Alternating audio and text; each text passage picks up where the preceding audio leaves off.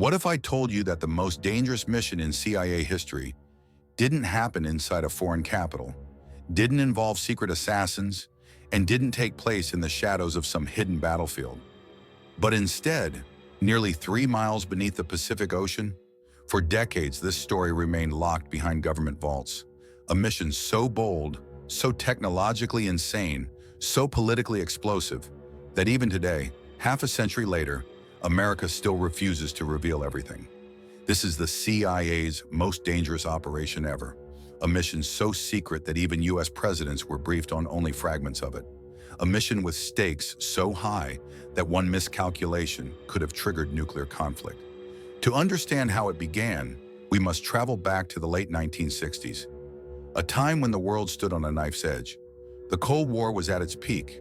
The United States and the Soviet Union were locked in a silent death match, each watching the other with suspicion that bordered on paranoia. Inside the Pentagon, inside the CIA, inside the Kremlin, everyone believed the next war could happen at any moment. And when it did, it would be nuclear. In 1968, something happened that neither side expected. Something that would start one of the boldest intelligence missions in human history. Somewhere deep in the northern Pacific Ocean, a Soviet ballistic missile submarine, the K-129, vanished. No distress call, no last transmission, just gone. The Soviet Union panicked. They launched one of the largest submarine search operations in naval history. Ships, aircraft, sonar networks. For weeks they scanned the ocean, desperate to find the missing vessel, but they couldn't. The submarine had disappeared into one of the deepest, darkest regions of the Pacific.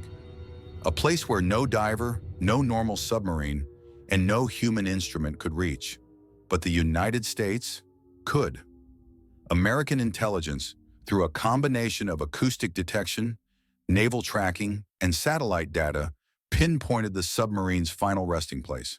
The CIA and US Navy located it secretly, without the Soviets ever knowing. And that discovery changed everything, because inside that submarine were Soviet nuclear missiles, Soviet communication modules, cryptographic machines, and launch keys the United States had never seen before.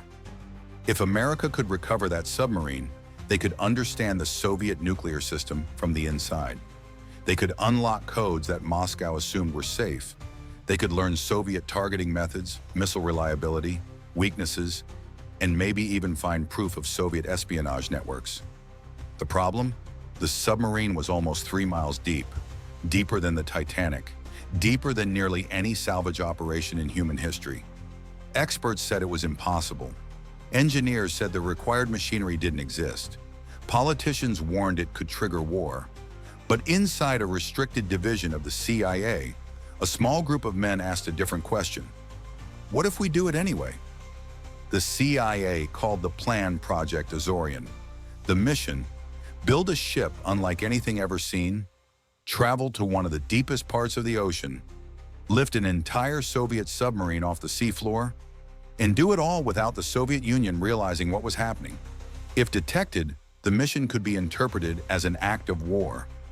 Moscow would believe the United States was stealing nuclear secrets, because that's exactly what America was doing. To hide the true purpose of the ship, the CIA approached a man who was perfect for the job. Billionaire industrialist Howard Hughes. Hughes's reputation was larger than life.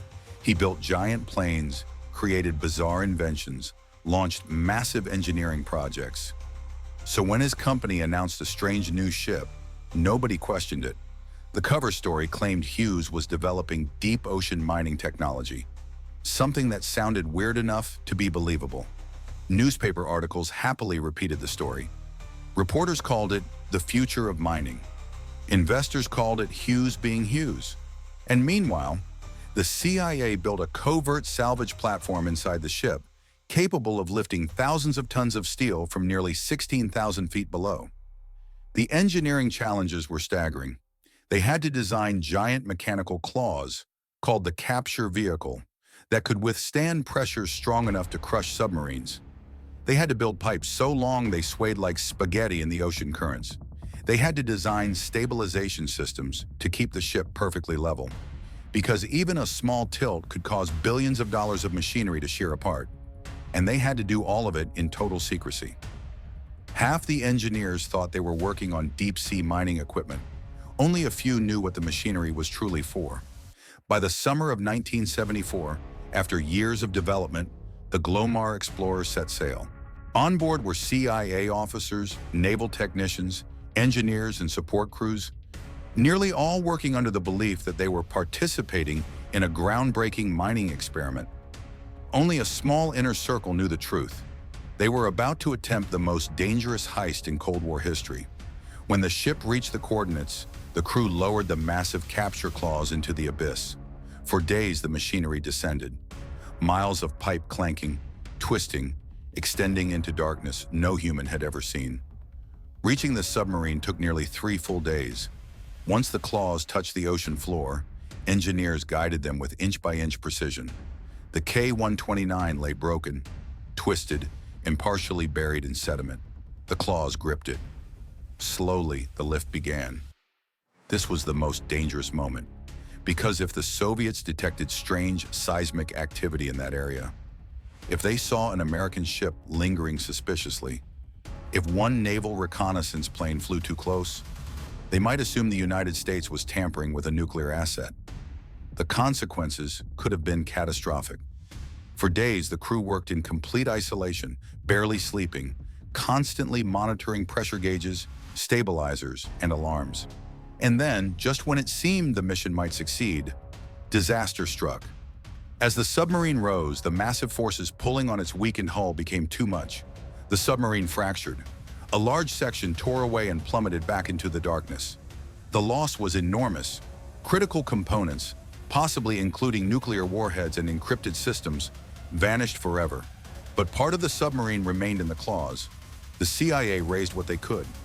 When the recovered section was finally brought on board, the crew discovered something they were not prepared for: the remains of Soviet sailors.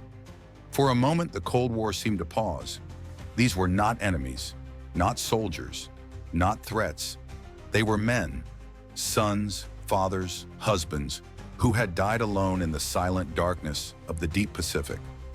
In a rare moment of humanity, the CIA performed a secret burial at sea. They wrapped the remains respectfully, played solemn military honors, and lowered them back into the ocean. The entire ceremony remained classified for decades. Only recently did the footage surface. A quiet reminder that even in espionage, compassion can unexpectedly appear. But the big question still remains: what did the CIA actually recover? Officially, the agency claims it obtained only minor components, some torpedoes, personal items, and limited structural pieces.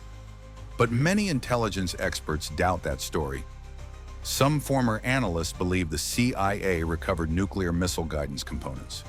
Others believe codebooks, water-damaged but partially readable, were retrieved. Some claim the CIA extracted encryption hardware that could have allowed them to decode Soviet naval communications. And there is an even more controversial theory. A few experts quietly suggest the possibility that the CIA recovered something even more valuable: proof of Soviet espionage networks, records of secret deployments, or internal Soviet communications stored aboard the submarine. No one knows for certain, and that may be the point. When investigative journalists uncovered the operation in the mid-1970s, the CIA panicked. The agency released a carefully worded statement: "We can neither confirm nor deny the existence of the information requested." This phrase became legendary: the Glomar response, a line now used across all U.S. intelligence agencies. But behind that line, behind that silence, lingers one uncomfortable reality. If the mission failed completely, why classify the results for half a century? If nothing valuable was recovered, why hide what was lost? And if the Soviet Union truly believed America recovered nothing, why did they quietly adjust certain nuclear protocols in the years that followed? Some historians believe the CIA may have succeeded more than they admit, that the true intelligence gained from the operation was far more substantial, that America acquired insights into Soviet technology that shaped U.S. nuclear planning for decades. Even today, many documents remain redacted. Entire pages appear as black ink. Timelines are missing, key engineering diagrams are withheld, and crucial intelligence assessments are still locked away. One former CIA officer famously said, "If the public knew what we found, it would change how people view the Cold War." Another former naval analyst claimed, "The mission didn't fail, it did exactly what it was meant to do." But the truth? Still hidden. What we do know is this: Operation Azorian was the boldest, most expensive, and most dangerous CIA operation of the entire Cold War. It combined secrecy, engineering, espionage, and political risk on a scale never attempted before. It pushed technology to its limits, challenged oceanography, and redefined covert operations. And even today, 50 years later, we are only allowed to know pieces of the story. Was the mission a failure, a partial success, or a quiet victory the CIA still won't acknowledge? What did the United States really find at the bottom of the Pacific? And why is the truth still hidden? Only the CIA knows, and they're not talking. What do you think the CIA actually recovered from the K-129? Let me know in the comments.